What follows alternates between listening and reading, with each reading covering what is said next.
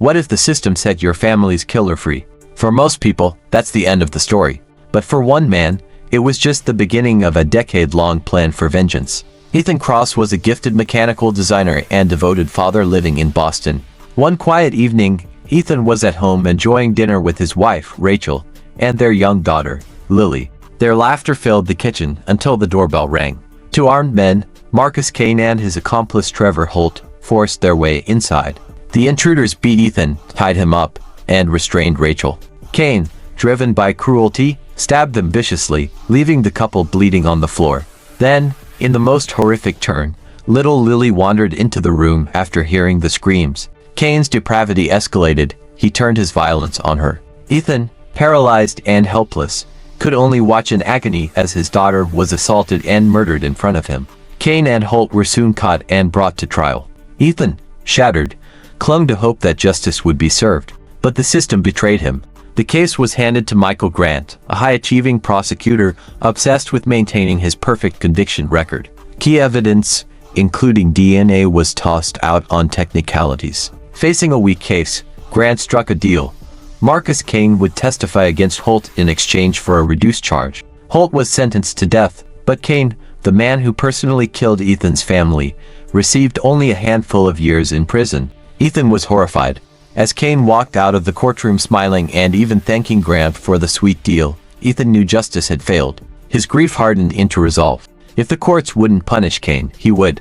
By 2019, a decade had passed. Ethan's physical wounds had healed, but his rage and sorrow only deepened. Drawing on his engineering expertise, he spent years meticulously planning vengeance.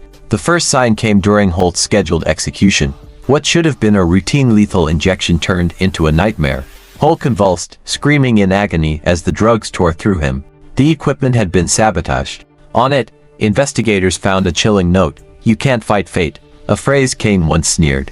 Police scrambled to locate Kane, fearing he was next. But Ethan was already several steps ahead. Kane, freshly out of prison and back to drugs, received a distorted phone call warning him the cops were coming. Following the caller's instructions, he evaded capture, eventually ending up in an abandoned warehouse, exactly where Ethan wanted him. The cop Kane thought he had taken hostage was no officer at all. It was Ethan in disguise. Kane tried to shoot him, but the weapon had been tampered with. Instead of firing, it injected him with a paralyzing toxin. Now, the predator became the prey. Ethan strapped Kane to a table, keeping him awake with drugs to maximize the suffering. Photographs of Rachel and Lily hung on the walls, forcing Kane to face what he had destroyed. Hours later, Kane was dead, and Ethan had filmed the entire thing. Detectives quickly traced the warehouse to Ethan. They surrounded his home expecting a violent standoff, but Ethan calmly surrendered. He was taken into custody, smiling faintly. But for Ethan, prison was only another stage of his plan. From behind bars, Ethan began manipulating the system. He demanded odd rewards, a luxury mattress, a steak dinner, and punished delays with deadly consequences. When prosecutors failed to meet his exact deadline, Kane's former defense attorney was found suffocated inside a coffin-like box. He even smuggled a video of Kane's torture to Grant's family, proving he could reach beyond the prison walls. Soon, Judge Melanie Carter, who had once sided against Ethan, was assassinated in a car bombing. Then District Attorney Jonas Whitman was killed by a bomb hidden inside a police robot. Each strike was more brutal, each message clearer. The system was broken.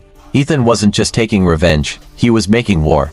Michael Grant finally uncovered Ethan's secret. A hidden tunnel connected a garage Ethan owned to the prison itself, allowing him to slip in and out undetected. Explosives, disguises, and blueprints littered the underground lair. The next target was clear: City Hall. A massive bomb sat beneath the chamber where the mayor and top officials were gathered. Grant and Detective Carla Ruiz raced to disarm it. They neutralized the trigger just in time, but the only way to end this was to stop Ethan himself. Ethan returned through his tunnel, slipping back into his solitary cell, confident he could detonate the City Hall bomb from safety. But this time, Michael Grant was waiting. Grant confronted him, refusing to make another deal. Ethan mocked him, claiming the system would always be corrupt. When Ethan pulled out his phone to trigger the bomb, he realized too late that the device had been moved. The bomb was now under his own bunk. Trapped inside, Ethan sat down calmly, holding his daughter's bracelet. He whispered her name as the cell exploded in fire, ending his crusade. Michael carried the weight of what had happened, but he had learned something vital. Justice could never come from shortcuts or compromise. From then on, he vowed never again to put his ambition before doing what was right. Weeks later, he sat in the front row of his daughter's school recital, a moment he once would have missed for work. This time, he was exactly where he needed to be. If you enjoyed this story breakdown, don't forget to hit that like button, subscribe for more, and drop a comment with your thoughts below.